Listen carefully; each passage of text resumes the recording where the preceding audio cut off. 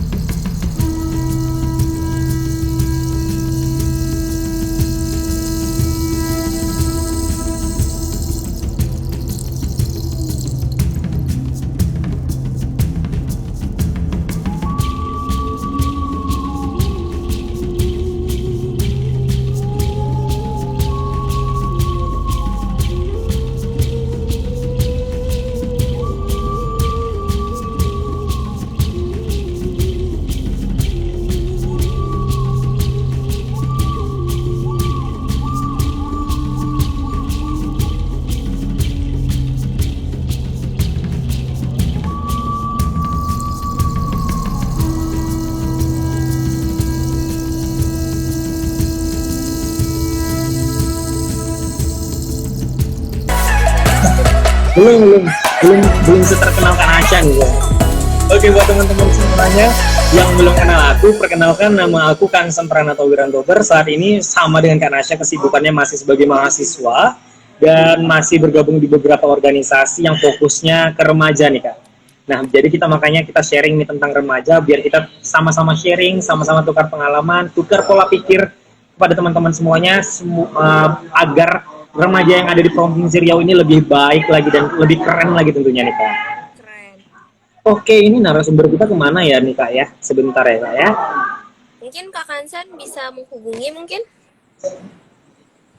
Iya, Kansan coba hubungi narasumber kita dulu ya Kak ya. Kakak boleh disapa-sapa dulu teman-teman ya sebelumnya. Halo teman-teman, di sini dengan Nasya Cantik.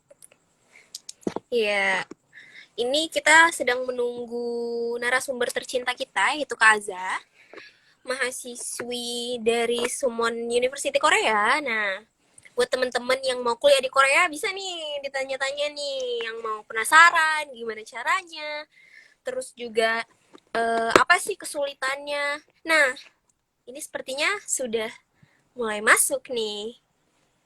Kita tunggu ya. Ini sepertinya udah mulai masuk ya Kak Kansen? Yes, iya, sudah mulai masuk nih. Tapi sepertinya masih buffering nih Kak. Di Kakak buffering juga nggak? Iya, di tempat aku juga Kak Azanya masih buffering. Kita tunggu sebentar ya teman-teman. Waduh, keluar lagi ya Kak? Kayaknya jaringannya deh. Kak Azanya live dari Korea, Yes. Korea ya Kak? Langsung? Kelihatannya dia masih di Korea, cuman nanti kita bakalan coba tanya lagi ya Kak ya.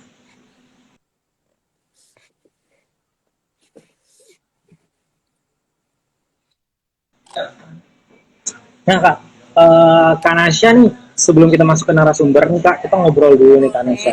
Kak Nasya selama beberapa minggu ini, setelah O2 kemarin nih, kita sesi pertama kali, gimana nih Kak, pendapat Kakak di sesi O2 sebelumnya yang kita narasumber sebelumnya itu kita ngundang ada Kak apa namanya? Ayo siapa? Dari Duta Remaja. Iya, dari dari duta Duta Remaja Remaja. 2019. Iya, bener.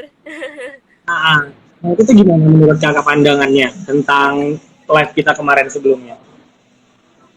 Oke, kalau menurut Naisha ya Kak, walaupun dengan internet yang terhambat-hambat seperti itu ya, minggu lalu memang benar-benar Masya Allah sekali ya jaringannya, luar biasa. Iya. Tapi walaupun dengan jaringan, kendala jaringan yang luar biasa, kita tetap usaha gitu loh biar temen-temen dapat informasi yang benar-benar bisa gitu loh, kayak meskipun narasumbernya terhambat, kita tetap usahain biar teman-teman dengerin dari narasumbernya langsung, kita telepon gitu kan. Kayak ya keren sih, Iya, apalagi benar-benar. narasumbernya juga masih muda, masih cantik ya kan. Masih Benar-benar. imut-imut, masih menggemaskan. Tapi walaupun dia masih kecil dan juga ya masih ukurannya udah nggak anak ya, udah 19 tahun. Tapi ya tetap aja dia keren gitu loh untuk pencapaian di usia 19 tahun gitu loh. Iya, benar banget sih kak. Soalnya waktu ngobrol-ngobrol kemarin aku juga kayak dapat advice juga dari beliau gitu. Kayak oh iya benar juga ya sih yang disampaikan gitu. Nah aku rasa juga teman-teman yang nonton di minggu lalu juga pasti ngerasa hal yang sama gitu. Dapat informasi baru dan dapat pengetahuan baru dari narasumber kita. Dan kali ini kita sebenarnya juga harapannya seperti itu. Kita bisa sharing, bisa saling tanya-tanya nih nanti sama narasumber kita. Cuman yang masih menjadi PR kita tuh pasti jaringan ya kak ya, karena tidak ditutup nggak menutup kemungkinan juga di saat ini tuh kayak jaringan itu sangat penting Bener. banget untuk kita melakukan segala sesuatunya gitu. Namanya jaringan itu di luar kendali kita ya Kak Kansan. Kita udah usaha juga ya kan. Itu udah kehendak Benar-benar benar. Tuhan lagi. Itu Tuhan sudah turun tangan. Iya benar nih Kak Nasya. Tapi Kak Nasya, kalau Kak Nasya lihat sekarang di remaja Riau itu tuh gimana sih pendapat Kak Nasya tentang remaja-remaja yang Halo, ada di halo. Provinsi Riau sekarang? Ini udah halo Halo, Kak. Assalamualaikum. Finally. Finally. Ya, buffering kembali teman-teman. Buffering lagi nih. Dia kayaknya semakin ditunggu tuh jaringannya semakin bermasalah gitu ya. Iya dia tahu dia ditungguin Iya, jadinya kayak gitu bener tuh dia Kak. ditungguin jadinya gitu tuh. Makanya nggak boleh terlalu berharap berlebihan ya teman-teman. Nanti nyakitin. Nah, Eh, iya. Benar. Jadi eh. curhat di sini ya. Aduh, ini Keluar gimana nih? lagi nih. Jadi gimana tuh Kak? Kita nyambung bicara tadi. Kalau menurut Kak Nasya, remaja yang di Riau sekarang tuh gimana sih? Udah mulai baik kah atau bagaimana Kak? Mungkin untuk sekarang kayaknya udah mulai sangat membaik ya, karena kayak remaja sekarang tuh, apalagi kita generasi Z itu tuh udah bener-bener aware gitu loh sama lingkungan kita, juga sama pengetahuan. Jadi kayak eh, remaja-remaja sekarang tuh lebih open minded gitu. Jadi kayak ada info terbaru tuh Hai, Halo. hai Kak, Ah, halo. apakah Ada oke, udah udah stabil oke. nih? Semoga aku nggak tahu juga nih kenapa jaringannya. Oke. Halo semuanya. Halo, oke nih teman-teman. Oke, karena kita narasumbernya udah datang nih teman-teman. Tadi kita udah pembukaan sebelumnya. Kita langsung aja nih Kak Nasya. Kita udah nggak sabar banget nih nanyakin sama narasumber kita nih, yang keren, kece banget nih. Lebih keren dari kece dari, tapi nggak lebih kece dari Oh, hostnya Iya pastinya. Ya. bener. Oke, Gak boleh pinjam. lebih keren gitu ya kak ya. Oke, Oke. annyeonghaseyo, harus gitu Kak. Annyeonghaseyo. Annyeonghaseyo. Annyeonghaseyo, gitu. Ini bisa diantar kita Halo Kak Aza, boleh kenalin dirinya dulu Kak Aza? Oke, sebelumnya perkenalan diri dulu lah ya. Sebelumnya perkenalkan nama saya Muhammad Azal Faizi. Asli dari Dumai. Alhamdulillah telah menyelesaikan pendidikan dari Korea Selatan, saudara dengan program double degree antara Universitas Persahabatan dan juga Samsung University di Korea. Oke, terima kasih. Luar biasa teman-teman. Jadi sekarang udah lulus kak? Oke nih, Hah? Jadi sekarang Kak Azza udah lulus? Udah, sekarang udah lulus dan sekarang alhamdulillah masih statusnya masih pengacara, pengangguran pengacara. Eh, ya sibuk-sibuk lah, lagi nyari-nyari Widih. yang bagus juga gitu.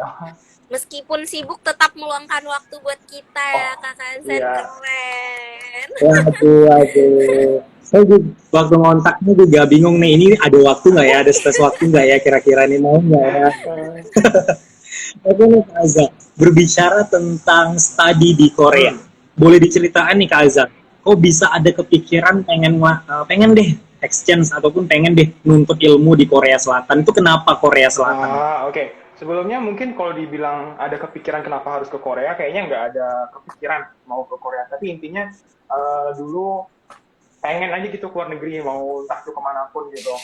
Tapi karena alhamdulillahnya, mungkin Kanzen juga tahu karena Kanzen ada dari kelas Azza kan. Jadi dulu ada salah satu universitas swasta di Kepulauan Riau datang ke sekolah kita SMA 2 Dumai, terus kayak nawarin program beasiswa lah.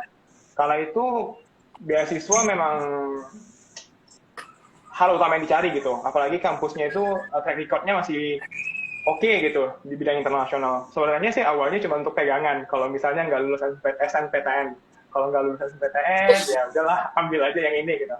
Ya karena ah, gimana ya? Karena memang bener nggak lulus SNPTN, akhirnya ngambil yang di Batam itu namanya Universitas Internasional Batam.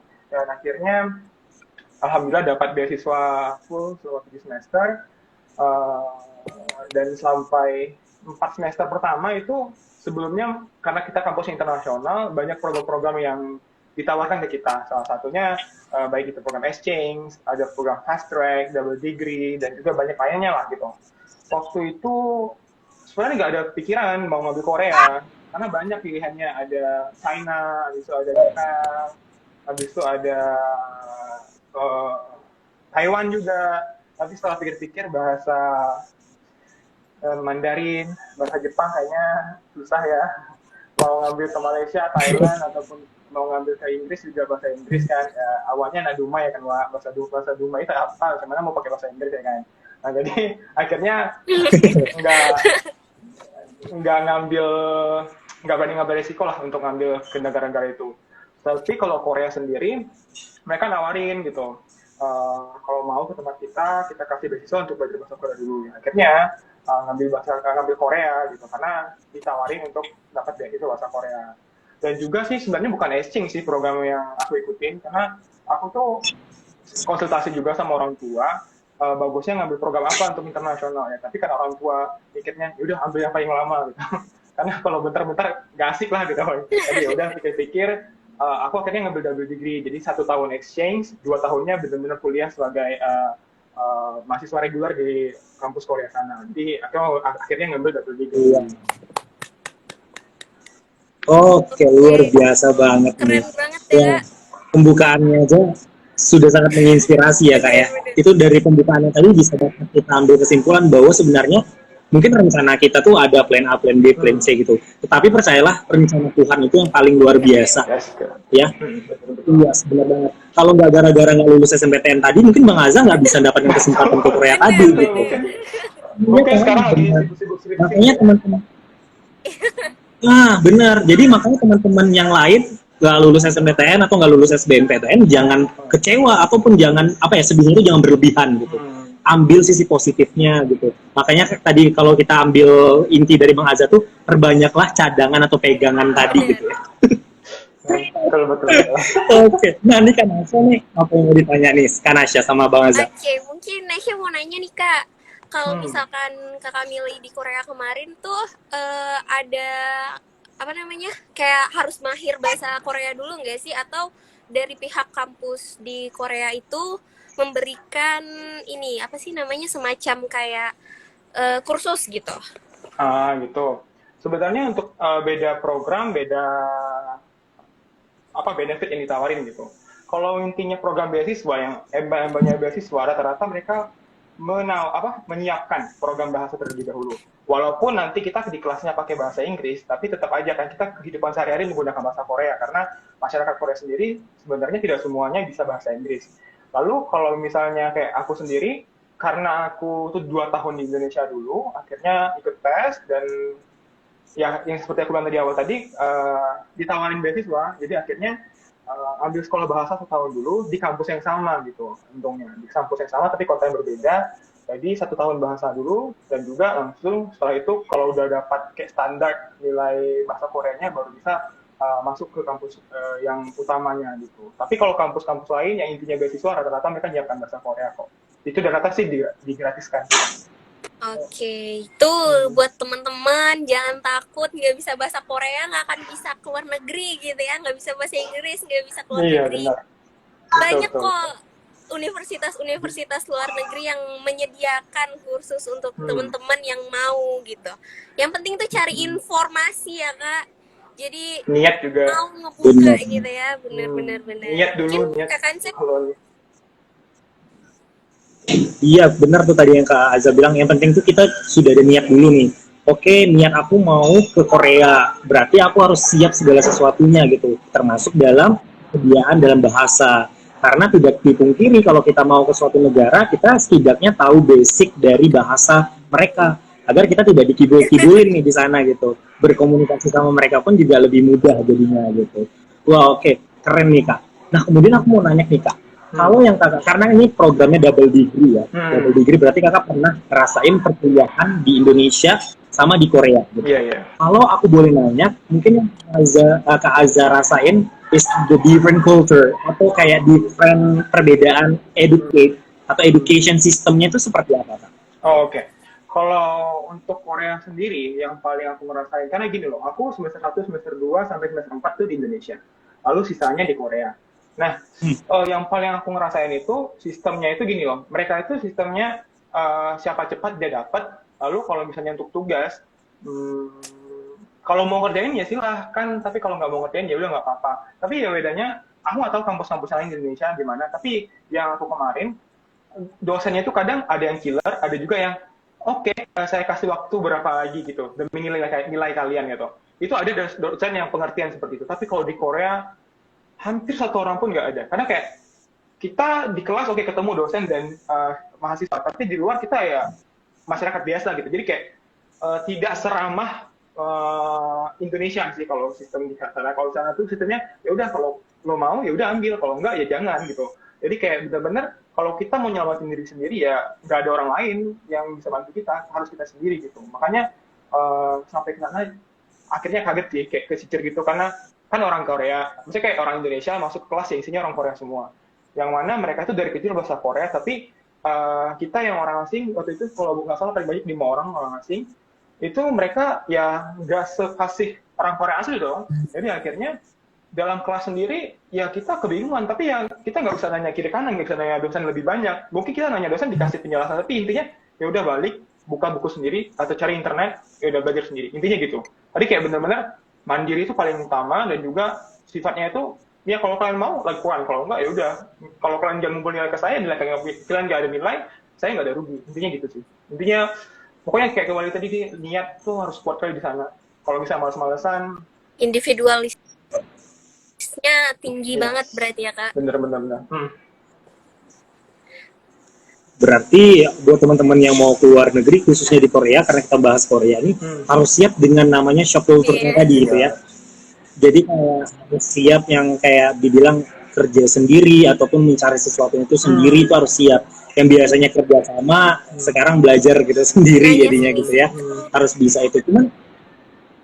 Cuman ya namanya karena kita yang datang ke sana tadi, karena kita yang minoritas, kita juga harus menyesuaikan di sana gitu ya kan. Harus menyesuaikan, harus bisa nice, harus bisa ya istilahnya survive di sana gitu. Agar kita juga niatnya untuk ilmu ya dapatnya maksimal gitu. Oh, luar biasa nih. Nah, kemudian nih Kak Azza, kalau kita berbicara Korea kan orang banyaknya yang enak-enaknya aja nih, drama Korea, percintaan Korea. Oke, kayak Sarangyo, terus opa-opa. Opa Nazar gitu yang baru tenar ya kemarin ya. Nah, itu tuh memang terjadi nggak sih Kak di sana? Kalau yang kita lihat di drama tuh memang ada nggak? It's really happen atau sebenarnya it's just a drama guys? Kalau menurut aku pribadi sih drama ya tetap drama, sama kayak Indonesia juga sinetron tetap sinetron, nggak mungkin kan kayak ratapan istri apalah gitu yang Iya bener. pemenangis itu. Hmm, itu sinetron tetap sinetron, tapi kalau di Korea juga drama tetap drama. Ada yang bagusnya sama yang apa ke drama itu, apa yang diangkat ke drama itu ada yang bagusnya, tapi tetap ya kayak yang aku bilang tadi, kesimpulannya dianukan sama Nasya tadi katanya kalau Korea itu individualisnya tinggi ya, itu super tinggi gitu. Karena kayak kita gini loh, satu kamar, kita satu kamar pun gimana ya? Ya bener-bener satu kamar itu ya kayak orang asing gitu. Memang sih orang asing, dia orang Korea, aku orang Indonesia, tapi tetap aja. Maksud tuh kita satu kamar nih, satu kamar satu semester, ya setidaknya ya berbaur gitu ya. Mereka ya kalau ada perlunya doang nanya, misalnya kayak, oh hari ini kita bersih kamar ya, ya udah, habis itu selesai gitu, nggak ada ngomong yang lain. Jadi kayak, oke, karena mungkin aku orang asing ya. Tapi pas balik lagi, oh ternyata kalau orang Korea itu dia, ini ngomong sini boleh nggak ya? Itu tuh kayak gini ya. Ini yang aku ngerasain aja sama teman-temanku. Untuk negara-negara tertentu dia merasa kayak oh iya dia tuh orang asing, tapi kalau misalnya negara-negara tertentu lainnya lagi mereka kayak ya oke orang asing tapi levelnya berbeda sama mereka gitu. Maksudnya kayak ada kasta, bukan rasis ya, mungkin ada kasta, ada perbedaan-perbedaan gitu. Tapi itu ya itu menurutku yang sesi negatifnya dari orang Koreanya, tapi nggak semua gitu. Selebihnya itu ya bagusnya banyak gitu. Mereka karena kayak untuk belajar karena mereka individualisme itu tinggi, jadi akhirnya kita mau nggak mau terpancing dong. Kalau mereka aja bisa dapat nilai A, mau nggak mau kalau aku main-main ya akhirnya nggak bisa, akhirnya semangat untuk belajar, nah itu jadi kayak lebih terbuka gitu loh dibanding kalau di Indonesia. Kalau Indonesia kayak kawannya geng anak circle yang satu ini kayak gini, itu tongkrong yang ini kayak gini, jadi kayak kita akhirnya ikut-ikut jadi malas, jadi kayak ya karena dia kekeluargaan sih ya kalau di Indonesia, tapi kalau di sana tuh karena nggak ada kekeluargaan tadi, akhirnya niat kita tuh jadi lebih oke gitu dalam segi pelajar. Tapi kalau dalam segi kehidupan sehari-hari banyak juga sih yang kurang bagusnya. Tapi mau gimana lagi, kita kan negeri orang, kita harus ngikutin budaya mereka dong gitu. Asal jangan kita serap yang budayanya gitu. Keren. Iya. Luar biasa ya kan. Jadi sekarang udah bisa berbaur. Aku dapat. Hah? Jadi udah bisa berbaur nih. Oh, aku pulang ke Indonesia bulan Februari. Jujur itu memang balik ke Indonesia culture shock juga sih, karena kayak pertama corona juga. Corona di Korea kita kan strict gitu untuk pakai masker, untuk jaga jarak, itu memang ketat banget sana. Tapi sama di Indonesia woles gitu loh. Jadi kayak waktu itu langsung kayak pikir, aduh negara Indonesia emang kayak gini. Jadi kayak mandang Indonesia tuh jadi buruk gitu loh. Jadi kayak mindset tuh hampir berubah. Karena aku tinggal di sana 3,5 tahun gitu kan, yang notabene tuh pulang ke Indonesia paling cuma seminggu 2 minggu, nggak lama gitu. Jadi kayak benar-benar teman-temanku rata orang-orang yang dari negara maju semua, misalnya kayak dari Jepang, kayak Amerika, Kanada. Jadi kayak mindset mereka hampir-hampir mirip dibanding sama kita gitu, Asia Tenggara gitu. Makanya pas sampai ke Indonesia, kayak misalnya kita janjian nih, misalnya janji jam 2. Tapi Indonesia pasti kayak jam 2 lewat sekian gitu. Kalau itu waktu awalnya tuh kayak kalian memang orang Indonesia. Aku gak sanggup sih berkawan sama orang Indonesia. Tapi akhirnya ya makin kesini makin balik lagi ke budaya asli. Jadi setiap pindah negara kultur shock terus ya kayaknya. Iya jelas. Tapi nih Kak Nasya, kalau berbicara nih Kak Nasya, dulu di SMA, kan aku sama Bang Azza ini satu SMA dan tempat tinggal kami dekat. Kami tetangga gitu, tinggalnya. Jadi udah tahu satu sama lain gitu. Kak Azza ini memang dari dulu tuh memang tertariknya sama dunia Korea ya, kayak entertainment Korea itu tertarik sama entertainment Korea gitu. Dan pada saat Bang Azza sampai di Korea, aku tuh kayak kagumnya itu kenapa kayak oke, Bang Azza apa yang dia suka tuh bisa terjalanin gitu. Nah dari situ kita bisa dapat ambil positifnya, kayak ketika kamu menyukai sesuatu dan kamu passion untuk mencapai hal itu, kamu bisa gitu. Kamu bisa mewujudkannya gitu, dan nggak ada yang nggak mungkin. Kita mungkin dulu waktu SMA mikirnya gini ya Bang, SMA di Dumai doang mau belagu sampai ke Korea segala. Betul, anak kampung ya. Gitu. Iya, mikirnya gitu. Tapi itu nggak akan ada terjadi kalau kita memang ada niat tadi, kata Bang Azza. Itu sih yang aku nilai dari ya memang benar kekuatan niat itu luar biasa sih teman-teman. Jadi nggak masalah ya Kak, kita dari SMA favorit atau SMA yang terperang entah di mana lah. Kalau misalkan kita keluar kota tuh orang nggak tahu SMA kita itu di mana posisinya, di kota mana gitu kan. Tapi walaupun nggak terkenal, sebenarnya sekolah itu hanya membantu sampai pola pikir kita tuh biasa berubah gitu loh Kak. Jadi sekolah nggak menentukan gitu ya kita bakal di mana. Alah, dia paling nggak akan nyampe ke Korea. Jadi kayak mindset itu tuh sebenarnya harus diubah gitu ya. Jadi sebenarnya orang yang SMA di antah berantah pun bisa gitu loh. Keren banget. Bisa. Istilahnya gini loh.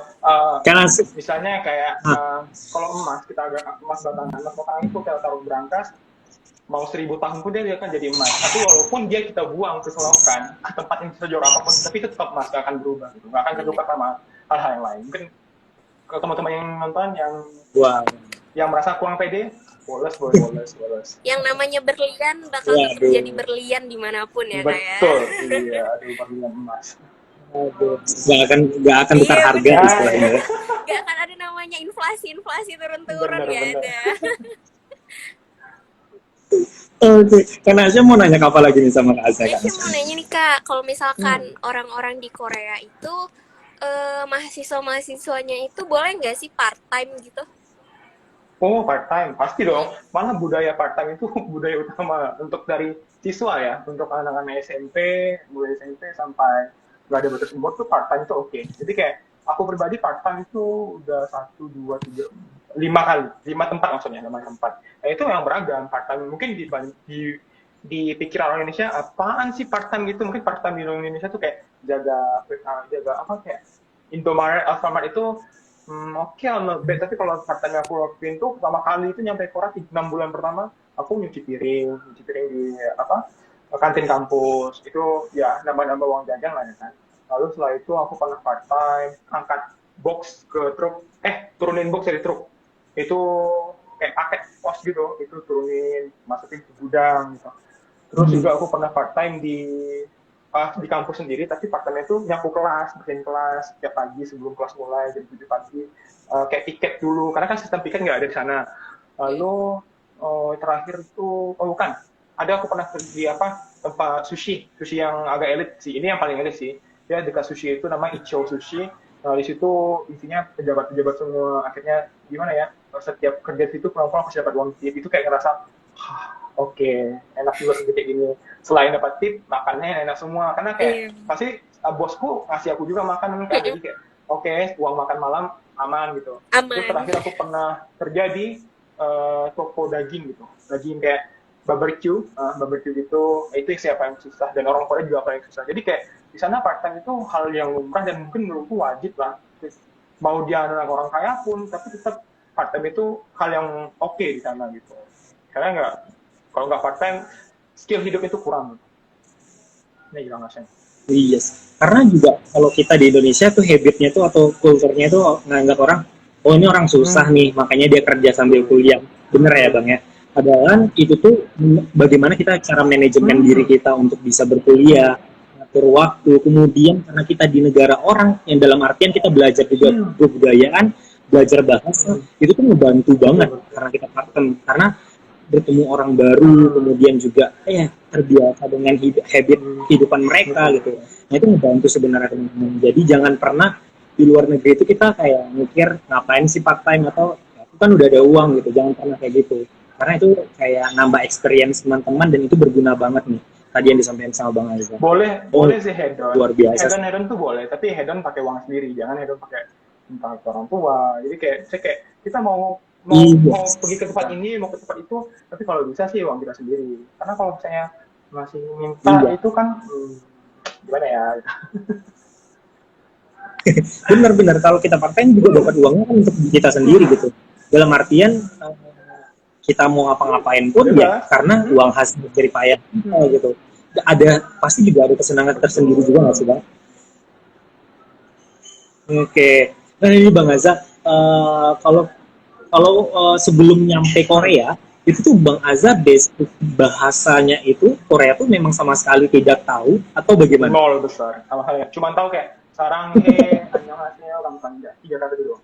Ini kayak udah benar ya Kamu juga tahu kan, dulu aku yang suka Korea dan juga ya sekedar suka, nggak lebih dari kata suka gitu. Tuh kayak mau ke Korea ya nantilah kalau mau Korea. Tapi akhirnya karena ada peluang, sebenarnya nggak peluang juga. Aku cuma takut awalnya tuh mau coba-coba kayak ini, terus kayak kalau lulus gimana gitu. Tapi ya akhirnya ya nanti kayak gini, akhirnya dengan skill Korea yang benar-benar nol, nggak ada sama sekali skill, cuma bahasa Inggris dikit-dikit lah gitu. Akhirnya beranikan diri di sana ya benar-benar belajar dari nol gitu, belajar dari hurufnya A-nya gimana, K-nya gimana gitu. Jadi benar-benar belajar itu dari nol. Itu nggak ada sama sekali persiapan dari Indonesia belajar dulu karena mepet sih. Itu aku dapat info lulusnya waktu Harganas nasional di Provinsi Lampung nasional waktu itu kalau nggak salah. Itu aku dapat tiba-tiba kaget gitu. Kayak, ini apa nih, bener nggak nih ya, bener nggak nih ya.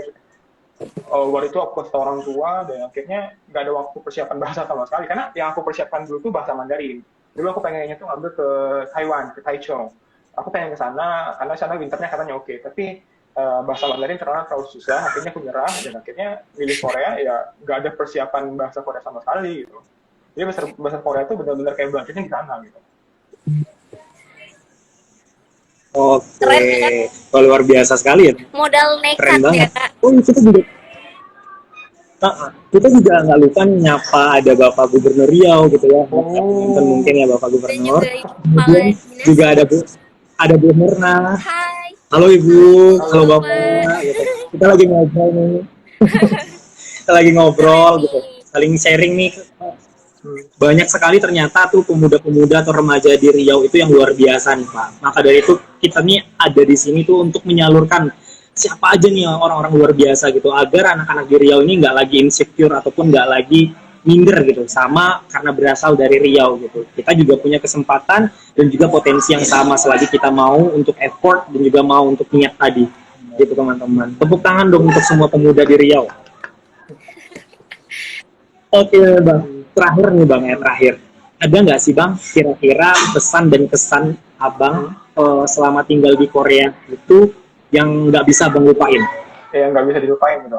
Ya ketika nggak ada uang. Enggak lah, canda. Sebenarnya kesan hidup di Korea itu jujur banyak lah. Justru kayak gimana ya? Bener-bener kayak waktu aku pertama kali di Korea itu umur 20 tahun. Jadi kayak 19 tahun. 19 tahun jadi kayak bener-bener belum genap 20 tahun udah berani sok-sokan keluar negeri dengan modal sama sekali nggak ada bahasa asing yang dikuasai gitu. Karena bahasa Inggris itu juga ya intermediate lah, dibilang bagus juga enggak gitu. Jadi kayak kesana itu benar-benar modal nekat, ya modal bismillah aja. Jadi kayak gimana mau di sana benar-benar belajar ya udah dari hati ya belajar gitu. Karena kalau misalnya nanti aku di tengah jalan yang arahnya nggak baik ya bukan aku sendiri aja yang susah, nanti keluarga aku juga susah. Jadi akhirnya niatku di sana tuh benar-benar untuk belajar dan alhamdulillah sampai sekarang ya orang banyak yang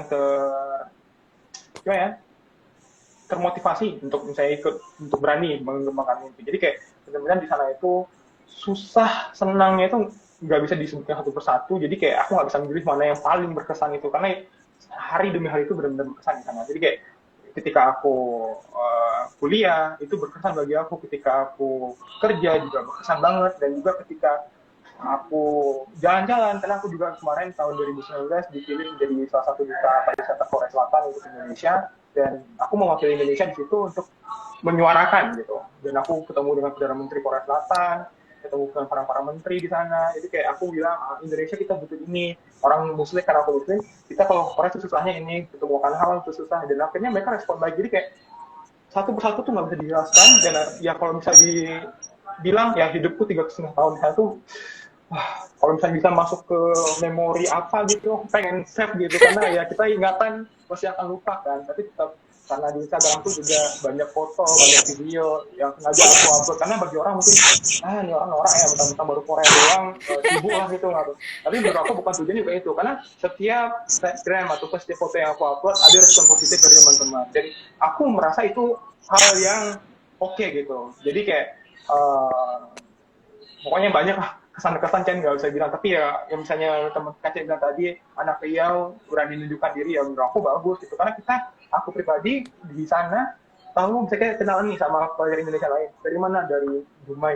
Dumai, oke, kita nggak tahu. Riau. Riau. Anak Sultan dong, karena atas minyak bawah minyak. Oh, gitu ya. Karena mereka mikirnya kita yang di Sumatera atau di Riau itu terkenal dengan ya kayak padahal aslinya nggak juga saya kan. Jadi jangan minder. Jadi kalau misalnya menurut aku sih itu aja. Semua hal itu best lah. Tapi paling berkesan mungkin yang baru aku bilang tadi ketemu sama Perdana Menteri. Sebelahan dong duduknya. Keren banget ya Kak. Luar biasa. Oke. Luar biasa sekali itu pesan dari Kak Aza ya teman-teman. Jadi tidak ada yang tidak mungkin kalau kita selama mencoba dan juga effort di sana. Luar biasa nih Kak Nasya, narasumber kita kali ini memang nggak salah kita punya narasumbernya ya. Oke, baik teman-teman semuanya, nggak terasa ini kita berbincang sudah 45 menitan lebih gitu ya pada sesi Super Audio kita kali ini. Yap, sepertinya semua pertanyaan dari kita tadi sudah dijawab dengan luar biasa oleh narasumber kita. Kami juga tadi narasumbernya juga sudah luar biasa sekali ya nanya ke Mas. Kita nggak mau kalah dari narasumbernya ya. Iyalah kalau saya. Teman-teman, selanjutnya kami pastinya Senin malam minggu depan kami akan datang lagi dengan narasumber baru lagi, kemudian juga pastinya informatif lagi dengan tidak bosan-bosan bersama saya dan Kak Nasya gitu ya. Maka dari itu teman-teman saya mengucapkan Kak Bang Aza terima kasih banyak sudah menjadi narasumber kita malam hari ini, sudah meluangkan waktunya. Terima kasih. Kamsahamnida. Annyeong. Oke. Ya, baik teman-teman semuanya, saya Kansen Pranata Wirantober dan rekan saya ada siapa? Pamit undur diri ya teman-teman. Terima kasih atas teman-teman semua yang sudah hadir dan menonton sampai akhir. Terima kasih Kak Aza, terima kasih Bunda Herna, terima kasih Ayahanda Gubernur kita. Terima kasih sudah memantau dan juga menonton hingga akhir Super O2. Jangan lupa saksikan di Senin depan jam 8 malam bersama saya dan Kanzen dan narasumber baru kita. Bye-bye. Bye-bye. Assalamualaikum warahmatullahi wabarakatuh. Selamat teman-teman semuanya. Baru saja Anda menikmati sajian program spesial Super O2 dari pemerintah Provinsi Riau.